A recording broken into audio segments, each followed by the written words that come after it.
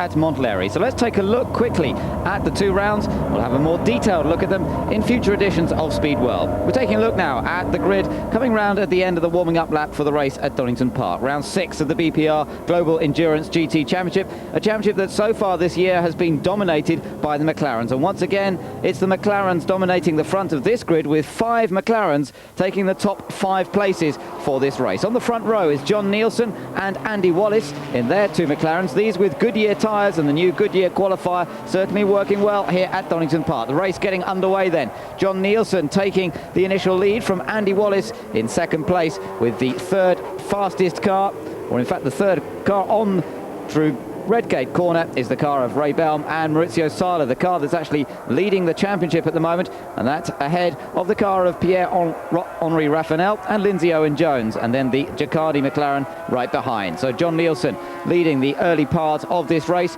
but some cars making their first appearance in the GT Endurance Championship this year here at Donington Park. Included in that the XJ220 of Chamberlain Engineering, in fact 2 XJ220s here at Donington Park. The Chamberlain car for Richard Dean and Peter Hardman, and also the PC Automotive car of Tiff Needell and Richard Piper. Or there also the Labra Competition Porsche of Wallach, Bouchou and Jarrier, and that the next qualifier after those 5 McLarens, but the Porsche still struggling to try and match the pace of the dominant car in GT racing so far this year.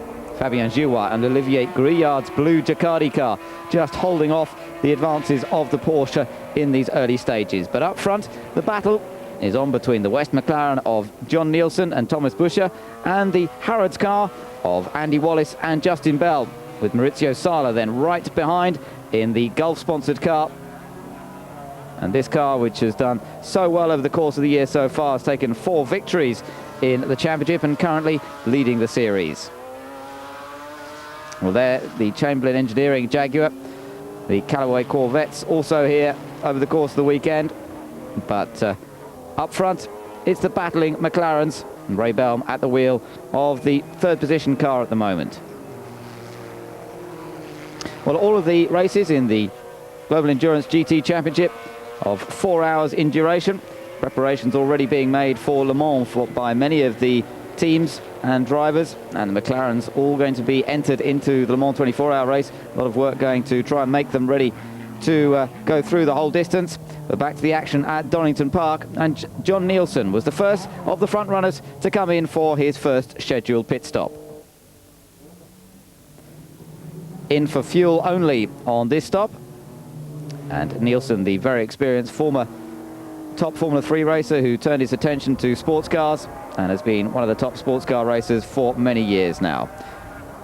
Andy Wallace now taking over the lead of the race, with John Nielsen coming into the pits, but it wasn't long before Andy Wallace would make his stop as well. Fairly comfortable stop for John Nielsen, no major problems. Back out onto the circuit, and we awaited Andy Wallace to come in and to see whether he would be able to hold on to his lead with his pit stop.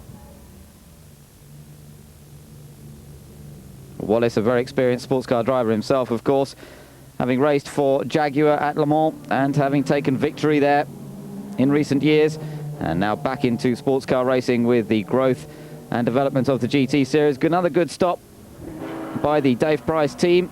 Dave Price Racing running both of these cars, and as he came back out onto the circuit, he found that he'd managed to retain the lead over John Nielsen. But a great battle going on between the 2 teammates, with the other McLaren still not too far behind in 3rd, 4th and 5th places.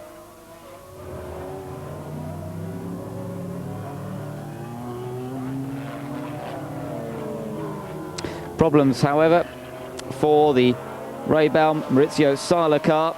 That lost 20 laps due to a gear selection problem. They did manage to get the car back out, but that obviously costing them a lot of time, and a great disappointment for the 2 very successful drivers so far this year. Well, Andy Wallace still leading until he got himself into a bit of trouble at the S's. Dutchman Bert Plug in the Conrad Porsche just turning in on Wallace, obviously hadn't seen him, and a remarkable incident. Very unfortunate to both Wallace and Bell after such a strong run at the front of the field, and damage done to that car. Well, they ended up losing 3 laps thanks to that. John Nielsen handed a comfortable lead as Andy Wallace made his way back into the pits for repairs. So up front now, fairly unchallenged. John Nielsen coming up behind the Marcos, making its debut in the GT Endurance Championship race as well. Car being driven by Chris Marsh, Chris Hodgetts and Cor Oiza. Meanwhile, further back, things were happening because as we moved on through the race and the next round of pit stops was made, it was all changed. The car there of John Nielsen, which had been the early race leader, and as we had seen, had taken the lead when Wallace went out, now found itself in third position, and it was the blue Gicardi car in front of Olivier Grillard and Fabien Giroir. Great battle going on for second place between Pierre-Henri Raffanel in the car owned by Lindsay Owen-Jones and John Nielsen, the former leader of the race. McLaren's running 1, 2, 3, but Grillard at this point leading the Donington round. Nielsen going through and taking second place from Pierre-Henri Raffanel. Well, it looked good for the Gicardi car until they had to come into the pits to make a stop-and-go penalty for speeding in the pit lane on their final fuel stop. It was only a 10-second stop-and-go penalty, but unfortunately for Grillard, he was discovered to have been speeding again when he came in to make the stop. So although Grillard was able to rejoin in front of Nielsen after that initial 10-second stop and go, things were to go wrong with just a little bit of the race remaining.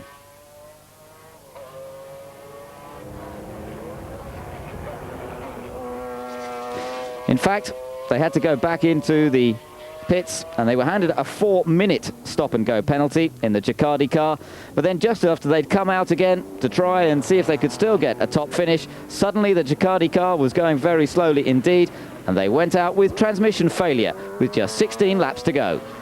So big disappointment for Fabien Giroir and Olivier Grillard after leading for much of the race. And so that meant that the lead went indeed to John Nielsen and Thomas Buescher. Behind them, a great drive by Alessandro Zanardi in the Lotus S300, making its first appearance this year. Sadly came to an end with just 10 minutes of the race to go. He'd got himself up to 4th place overall with Alex Portman driving alongside him, but the diff failed, and that was the end of their race. Winner in GT2 category, Helmut Koenig and Renato Mastropietro in the number 50 Porsche. But the winner of the overall race for the second time in the 1995 season, John Nielsen and Thomas Buescher. They took victory over Pierre-Henri Raffanel and Lindsay Owen-Jones in second place, with Andy Wallace and Justin Bell, even with those problems to their car earlier, managing to take third. From Donington Park then,